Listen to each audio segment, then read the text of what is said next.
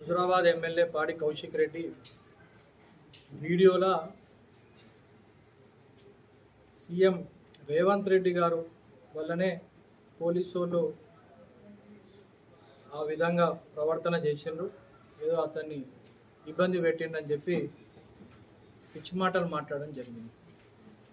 దాని గురించి ప్రజలకి కొన్ని వివరణలు ఇవ్వడానికి ప్రెస్ మీట్ పెట్టడం జరిగింది. ముఖ్యంగా 2 రోజుల క్రితం ఏదైతే ఘటన జరిగిందో అది కౌశిక్ రెడ్డి తన పిచ్చి వల్ల మీడియా అటెన్షన్, మళ్ళా ఎలక్షన్లు వస్తున్నాయి, మళ్ళీ ఒక హైప్ క్రియేట్ చేయాలి అనే ఒక ఉద్దేశంతో కావాలని చేసుకున్న పని తప్ప ప్రభుత్వానికి కాంగ్రెస్ పార్టీకి ఇది సంబంధం లేదు. ముఖ్యంగా ప్రభుత్వంలో ఉన్న మంత్రులు, ముఖ్యమంత్రికి కానివ్వండి, అసలు ఈ విషయం పైన ఏమాత్రం సంబంధం లేదు. ఎందుకంటే అతను ఏదైతే వీణవంక పోయి వాళ్ళ సమ్మక్క సార్లమ్మ జాతర మినీ మేడారం ఏదైతే వీణవంకలు జరుగుతుందో అదొక ప్రైవేట్గా జరిగే అక్కడ ఆ మేడారం జాతర ప్రభుత్వానికి ఓన్లీ అక్కడ లా అండ్ ఆర్డర్ చూసుకోవడానికే పోలీసు వాళ్ళు అక్కడ భద్రత కల్పిస్తారు తప్ప దాని ఎటువంటి ఇంటర్వెన్షన్ లేదు దాంట్లో. ఇంకా దానిపైన కోర్టు ఆర్డర్ కూడా స్పష్టంగా ఉంది. ఇది నిర్వహించేది ప్రభుత్వం కాదు, ప్రైవేట్ వాళ్ళే నిర్వహిస్తారని చెప్పి ఒక కోర్టు ఆర్డర్ వాళ్ళు ఉంది, తెచ్చుకున్నారు అక్కడ ఉన్న ఇతర ప్రైవేట్ వ్యక్తి. సో ఇతను దర్శనం చేసుకోవాలి, సమ్మక్క సార్లమ్మ దర్శనం చేసుకోవాలంటే నిన్న రాష్ట్ర వ్యాప్తంగా ఎక్కడైతే మేడారం జాతర తరహా చాలా చోట్ల, ఇక మన హుజురాబాద్లో కూడా జూపాకాల, చల్లూర్ల ఇట్లాంటి ఎన్నో చోట్ల కూడా సమ్మక్క సార్లక్కలు మనం పోల్చుకుంటాం. నిన్న మొత్తం పొద్దున్న నుంచి రాత్రి వరకు, ఇప్పుడు కూడా మళ్ళీ దేవతలు పోయేంత వరకు జాతర నడుస్తుంటాం. అక్కడ సమ్మక్క రాలే గద్దెలపై, ఇక్కడ అతని గద్దెలపై నిల్చొని షో చేద్దాం, అక్కడ ఒక ఆనవాయితీ వాళ్ళ ప్రైవేటు చేసేటోళ్ళు అక్కడ 50 ఏళ్ళది సమ్మక్క సారక్క చేస్తుందని చెప్పి ఒక ఆనవాయితీగా ఒక కల్చర్ వాళ్ళకు ఉంది. దాన్ని ఇతను పట్టించుకోకుండా ఏదంటే అది చేస్తా అన్న ఒక ఉద్దేశంతో పోతే అక్కడ కోర్టు ఆర్డర్ పోలీసు వాళ్ళు పాటించింది.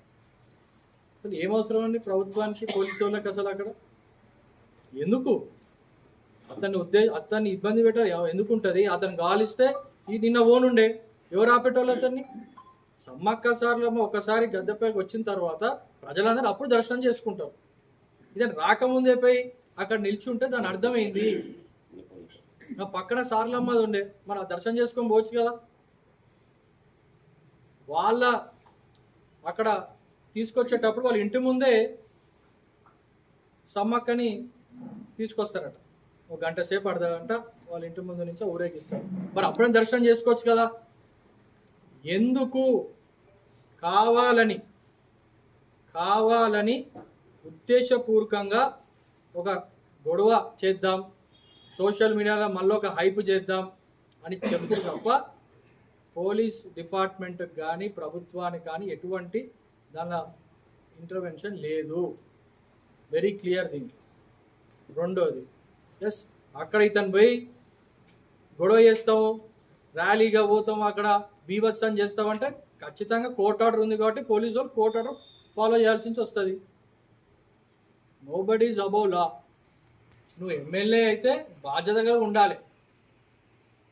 నువ్వు ఎమ్మెల్యే కావచ్చు, నీకు ప్రోటోకాల్ ఉందని చెప్పి ఏదంటే చేస్తే ప్రజల్ని ఎన్నుకుంది బాధ్యతగా ఉండడానికి, ఈ పిచ్చి పిచ్చి వేషాలు చేయడానికి కాదు. ఎలక్షన్లనేమో కుటుంబాన్ని పెట్టుకొని చచ్చిపోతా చస్తా అని చెప్పి ఓట్లు అడిగినావు. ఇప్పుడు మళ్ళా ఒక ఎలక్షన్లు మళ్ళీ మున్సిపాలిటీ ఎలక్షన్లు వచ్చినా నువ్వు ఓడిపోతున్నావు అని తెలిసి ఒక హంగామా క్రియేట్ చేద్దామని మళ్ళీ నీ ఫ్యామిలీని, నీ భార్య, నీ బిడ్డని మళ్ళీ రోడ్డుకి ఎక్కించి మళ్ళీ నాటకం అన్నావు. కొంచెం సిగ్గుందా అని అడుగుతున్నా నేను. ఏం అవసరం ఉండే నీకు? ఏం అవసరం ఉండే అక్కడ మీ ఫ్యామిలీ ఇంటర్వ్యూన్ చేసి ఇట్లాంటి చిల్లర రాజకీయాలు చేయడానికి ఎందుకు అని అడుగుతున్నా. అంటే నువ్వు ధర్నాలు చేసి నువ్వు పిచ్చిగా చేస్తే పోలీసు వాళ్ళు ఏమనకపోతే మంచోళ్ళు. ఒకవేళ పోలీసు వాళ్ళు ఏమనంటే వాళ్ళపైన విరుచుకుపడు, మీదికి పోడు. నోటికొచ్చింది పోలీస్ డిపార్ట్మెంట్ అధికారులని, హయ్యర్ అఫీషియల్స్ని కావచ్చు, ఇక్కడున్న నియోజకవర్గంలో ఉన్న ఇక్కడున్న ఆఫీసర్స్కి కావచ్చు, నోటికొచ్చినట్టు దుర్భాషలు ఆడితే చూసుకుంటే ఎందుకు ఊరుకుంటారు? వీడియోలు కూడా ఉన్నాయి దాంట్లో. మతపరమైన భాష రెచ్చగొట్టడందుకు నువ్వు అధికారులపైన మాట్లాడితే చర్యలు తీసుకోకుండా ఎందుకు ఉంటారు? నువ్వు దర్శనం చేసుకోకపోతే 1000 మంది 1,00,000 మంది సమ్మక్క సారలమ్మ జాతరకు పోతారు. పోనుండే మరి నువ్వు కూడా. నిన్న ఎందుకు పోలే? నువ్వు నిన్న ఆపినరా? నిన్న సాయంత్రం పోయినావు, నిన్న ఆపినరా? కావాలని షో చేద్దాము అని అనుకున్నావు కాబట్టే, కోర్ట్ ఆర్డర్ ఉంది కాబట్టి పోలీసు వాళ్ళు వాళ్ళ చట్టం దాని పని చేసుకున్నారు. ఇంకా కేటీఆర్ గారు, హరీష్ రావు గారు, ఇంకా వాళ్ళ పార్టీ వాళ్ళని అడుగుతున్నారు, ఇట్లాంటి వ్యక్తి పోలీసు వాళ్ళ పైన ఇట్లా దుర్భాషలాడి మతపరమైన మాటలు మాట్లాడుతుంటే దీన్ని మీరు సమర్థిస్తున్నారా? కౌశిక్ రెడ్డి వ్యాఖ్య ఒక్కటిసారి కాదు, రెండోసారి కాదు, చాలాసార్లు ఇలా జరిగినాయి. మేము చాలాసార్లు కూడా చెప్పినాం. మరి దీనికి బాధ్యత మీరు వహిస్తారా?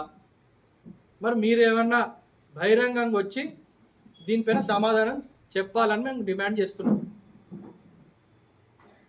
గవర్నర్ని తిడతారు, మీడియా వాళ్ళని పైన చేసుకుంటాడు, రైతులను తిడతారు, ఇక్కడున్న వ్యాపారస్తులను బెదిరిస్తారు. ఇప్పుడు పోలీసు వాళ్ళ పైన తిడతాడు, మతపరంగా తిడతారు, పైకి ఆల్మోస్ట్ కాలర్ పట్టుకునే అంత చేసిండు. మరి ఇవన్నీ ఒక ఎమ్మెల్యేగా బాధ్యత గల పదవులు ఉన్నప్పుడు మరి ఇట్లాంటి పనులు చేస్తే టీఆర్ఎస్ ఇట్లాంటి వ్యక్తిని మరి మీరు ప్రోత్సహిస్తున్నట్ట? మరి ఈ రకమైన ట్రైనింగ్ అయినా మీరు ఇస్తున్నారా? ఎందుకంటే ప్రజల్లో మీకు ఉనికి లేదు. మరి ఇట్లా చేస్తేనే ఒక హైప్ కావాలి, సోషల్ మీడియాలో రీల్స్ చేసుకోవాలి అన్న ఒక ఉద్దేశంతో మరి ఇట్లా ప్రోత్సహిస్తుండ్రా అని నేను అడుగుతున్నా. దీన్ని మేము కాంగ్రెస్ పార్టీ హుజురాబాద్ పక్షాన్ని ఏదైతే పోలీసు వాళ్ళ పైన అటువంటి భాష వాడిండో, ప్రవర్తన చేసిండో, మేము దీన్ని తీవ్రంగా ఖండిస్తున్నాము.